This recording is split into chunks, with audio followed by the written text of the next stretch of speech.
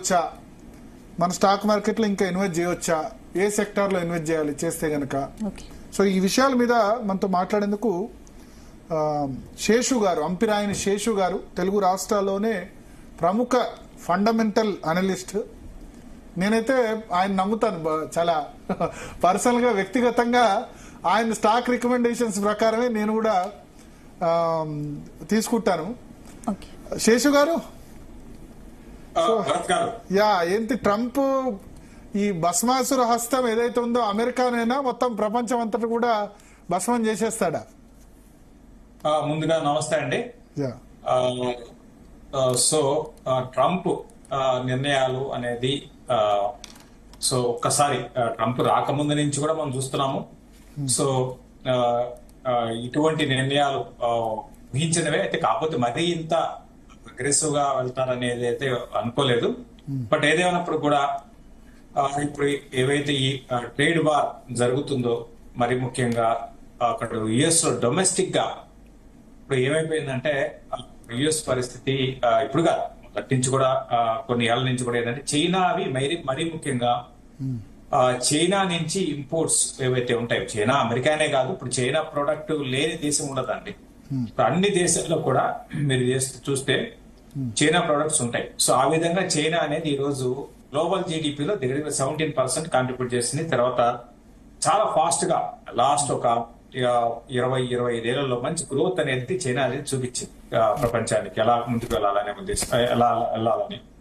So ఇక్కడ Trump ఏంటి అంటే, డొమెస్టిక్ గా ఇప్పుడు మనం చూస్తే డొమెస్టిక్ పరంగా ఏంటి అంటే, బాగా అక్కడ ఎంప్లాయ్మెంట్ జనరేట్ చేయడం కోసం కావచ్చు, తర్వాత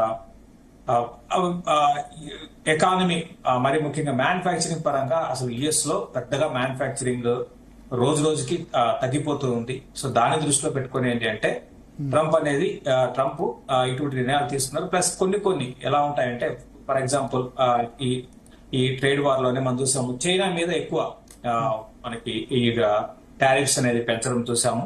దాని కారణంగా అటు యుఎస్ ఎకానమీ కూడా వీక్ అయ్యే అవకాశాలు స్పష్టంగా ఉన్నాయి.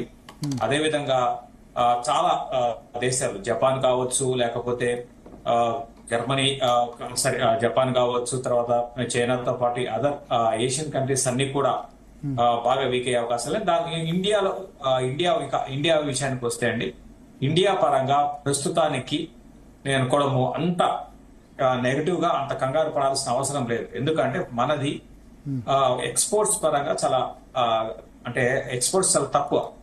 సో డొమెస్టిక్ గా మనం ఎదుగుతున్నాం, అంటే మన వస్తువులు మనం కొనుక్కోవడం, ఈ విధంగా ఎదుగుతున్నాం. కాబట్టి ఏంటంటే దాని ప్రభావం మన ఇండియా మీద పెద్దగా ఉండదు.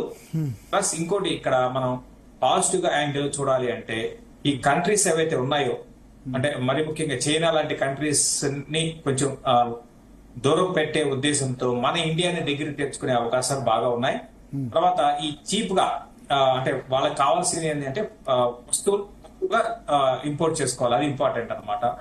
సో చైనా తర్వాత ఆ విధంగా తక్కువగా వస్తువులు దొరికే దేశం ఏదైనా ఉంటే ఇండియానే ఉంటుంది. కాబట్టి డెఫినెట్ గా ఫ్యూచర్ లో లాంగ్ టర్మ్ అంటే వీడికి కాదు, ఇండియాకి ఇది పాజిటివ్ గా తీసుకోవచ్చు. అక్కడ కంపెనీస్ చైనా నుంచి ఇంపోర్ట్ చేసుకునే బదులు మన ఇండియా నుంచి ఇంపోర్ట్ చేసుకుంటే వాళ్ళకి కొంతమేర బెనిఫిట్ పొందే అవకాశాలు ఉంటాయి, వాళ్ళకి ప్లస్ మనకి కూడా బెనిఫిట్ పొందే అవకాశాలు ఉంటాయి. ఈ నిర్ణయాలు ఏదైతే ఉన్నాయో, ఇది మాత్రం గ్లోబల్ ఎకానమీస్ మీద డెఫినెట్ గా కొన్ని రోజులు ప్రభావం చూపించవచ్చు. మన ఇండియా మీద కొన్ని రోజులు మాత్రమే ఉండవచ్చు. బట్ ఓవరాల్ గా లాంగ్ టర్మ్ లో దీన్ని మన ఇండియా ఆపర్చునిటీగా తీసుకుంటే బాగుంటుంది. కొన్ని రోజులు అంటే షార్ట్ టర్మా, లాంగ్ టర్మా? అమెరికా గానీ, యూరోపియన్ యూనియన్ గానీ, చైనా గానీ, ఇతర దేశాల మీద 2-3 సంవత్సరాల పాటు కూడా ఉండొచ్చా? ఆర్థిక మాంద్యం రావచ్చా? డెఫినెట్ గా అండి, ఆర్థిక మాంద్యం అయితే రావచ్చు అండి. అక్కడ కంట్రీస్ కి ఆర్థిక మాంద్యం రావచ్చు. ఎందుకంటే ఇప్పటికీ అమెరికా అనేది స్టేబుల్ గా లేదు. అంటే అక్కడ డెట్ అనేది పెరిగింది, బాగా పెరిగింది కాదు, ప్రతి ఇయర్ కూడా డెట్ పెరుగుతూ ఉంది. తర్వాత ఈవెన్ జపాన్ లో కూడా మీరు చూసుకుంటే, ఇప్పుడు వరల్డ్ వైడ్ గా జపాన్ అండ్ అమెరికా రెండు కూడా డెట్ కన్సర్న్స్ అంటే స్థాయి నుంచి డెట్ ఎక్కువ ఉన్నాయి అన్నమాట. ఫస్ట్ జపాన్ ఉంది, తర్వాత అమెరికా ఉంది. కాబట్టి ఆల్రెడీ వీక్ గా ఉన్నాయి. సో ఇప్పుడు ఈ నిర్ణయాలు తీసుకుంటే చాలా గజిబిజి గందరగోళంగా ఉంటుందండి యుఎస్ లో. అక్కడ కూడా మనం చూస్తున్నాం, యుఎస్ లో కూడా ప్రొటెక్షన్ దీనికి ఎగనెస్ట్ గా చాలా మంది ప్రొటెక్ట్ చేస్తున్నారు అనమాట. సో అంటే ఈ నిర్ణయాలను వ్యతిరేకిస్తున్నారు చాలా మంది. కాబట్టి ఏంటంటే అక్కడ అక్కడ అంటే ఈ నిర్ణయాలు ఇమ్మీడియట్ గా యుఎస్ ఎకానమీని కిందకి తీసుకువెళ్లే అవకాశాలు ఎక్కువ ఉంటాయండి. ఎందుకంటే ఇప్పుడు అక్కడ కంపెనీస్ అన్ని కూడా ఎలా అలవాటు అయిపోయాయంటే చైనా నుంచి ఇంపోర్ట్ చేసుకోవడమో, లేకపోతే వియత్నాం నుంచి ఇంపోర్ట్ చేసుకోవడమో, లేకపోతే మన ఇండియా నుంచి ఇంపోర్ట్ చేసుకోవడమో, ఇట్లా ఇంపోర్ట్ చేసుకుంటూ వాళ్ళ బ్రాండ్ ని అక్కడ పెట్టుకొని దాన్ని ఒక కొంచెం ఎక్కువ రేటుకి అమ్ముకుంటూ లాభాలు తీసుకుంటున్నాయి. ఇప్పుడు ఏమవుతుంది, సో వాళ్ళు అక్కడ మ్యానుఫ్యాక్చరింగ్ యూనిట్ పెట్టుకోవాలి. అక్కడ మ్యానుఫ్యాక్చరింగ్ యూనిట్ పెట్టుకోవాలి అంటే అక్కడ కాస్ట్ ఎంత ఉంటుంది మీరు ఆలోచించండి. సో కాబట్టి కంపెనీలకి పెద్ద ఇబ్బంది అవుతుంది, చాలా ఇబ్బంది, చాలా పెద్ద ఇబ్బంది అవుతుంది అనమాట. సో అదే మనం మన ఇండియా నుంచి ఇంపోర్ట్ చేసుకుంటే వాళ్ళు చాలా తక్కువ దొరుకుతుంది. ఇదొకటే కాదండి, సర్వీసెస్. సో మన ఇండియాలో చూస్తున్నాం చాలా యుఎస్ లో కంపెనీస్ కి ఇక్కడ బీపీయూ అంటారు, బిజినెస్ ప్రాసెస్ అవుట్సోర్సింగ్, లేకపోతే నాలెడ్జ్ ప్రాసెస్ అవుట్సోర్సింగ్, కేపీఓ అంటారు. ఇవన్నీ కూడా ఇండియాలో జరుగుతున్నాయి. సో అవన్నీ కూడా మళ్ళీ అక్కడ చేయాలి అంటే చాలా కష్టం అనమాట. బట్ కంపెనీలకి ఏంటంటే బాగా కాస్ట్ అనేది పెరిగిపోతుంది. సో దట్ అది మళ్ళీ అగే కంపెనీకి కాస్ట్ పెరిగిపోతే ఏం చేస్తారు, రేటు పెంచుతారు. అది మళ్ళీ కస్టమర్ అంటే అక్కడ యూఎస్ సిటిజన్, వాళ్ళకి రేట్ ఎక్కువ పెట్టి అమ్మాలి. మళ్ళీ వాళ్ళు రేట్ పెట్టి కొనాలి అంటే కొనలేరు, కాబట్టి కొనడం వెనక తగ్గుతారు. సో ఇన్ఫ్లేషన్ కాస్త డీఫ్లేషన్ అవుతుంది. సో ఇటువంటి ఛాలెంజెస్ అనేది నెక్స్ట్ కొన్ని నెలల్లో యుఎస్ జరగబోతున్నాయి. సో ఇవన్నీ కూడా ఏ విధంగా అక్కడ గవర్నమెంట్ ఛాలెంజెస్ ఏ విధంగా ఫేస్ చేస్తుందో చూడాలి. అయితే ఇదే ఇంపాక్ట్ అటు ఇంపోర్ట్స్ తగ్గిపోతే అటు చైనా దెబ్బతింటుంది, అదేవిధంగా జపాన్ దెబ్బతినొచ్చు.